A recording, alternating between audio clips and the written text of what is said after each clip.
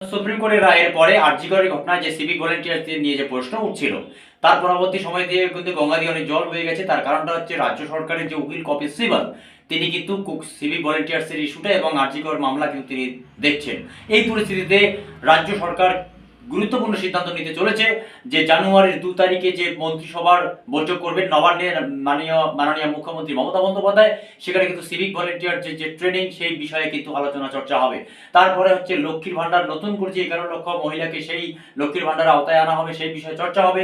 এবং তার সাথে সাথে কিন্তু দুয়ারে সরকার যে আপনার তৃতীয় সপ্তাহে থেকে শুরু হবে জানুয়ারি মাসে, তারপরে কিন্তু ফেব্রুয়ারির প্রথম সপ্তাহ পর্যন্ত কিন্তু এই প্রক্রিয়া চলবে।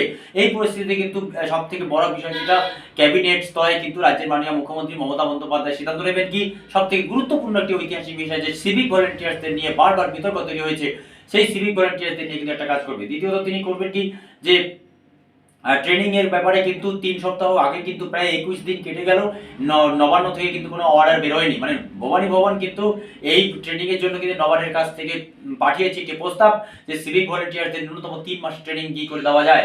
এই ট্রেনিং এ কিন্তু রাজ্যের মুখ্যমন্ত্রী মানে মমতা বন্দ্যোপাধ্যায়ের কাছে কিন্তু রিপোর্ট আছে এবং তিনি কিন্তু সেটি খতিয়ে দেখবেন। এবং সব থেকে বড় বিষয় যেটা, সেটা চর্চিত বিষয় হচ্ছে যে 3 মাসের ট্রেনিং হলে কিন্তু সিভিক ভলেন্টিয়ারদের কিন্তু ভাগ্য খুলে যাবে এবং আগামীতে মার্চ মাসে যে বাজেট, সেই বাজেটে কিন্তু সিভিক ভলেন্টিয়ার্সের জন্য কিন্তু একটা গুরুত্বপূর্ণ সিদ্ধান্ত নিতে চলেছে রাজ্য সরকার। তার কারণটা হচ্ছে রাজ্য সরকারের হাতে কিন্তু ক্ষমতা এই মুহূর্তে নেই। তার কারণ মাস 6 পরে কিন্তু অলরেডি দামামা বাজবে পশ্চিমবঙ্গ কিন্তু বিধানসভা নির্বাচন, যদিও সেটি 26 সালে রয়েছে। তার আগে কিন্তু সরকারের হাতে কিন্তু টাইম খুব কম।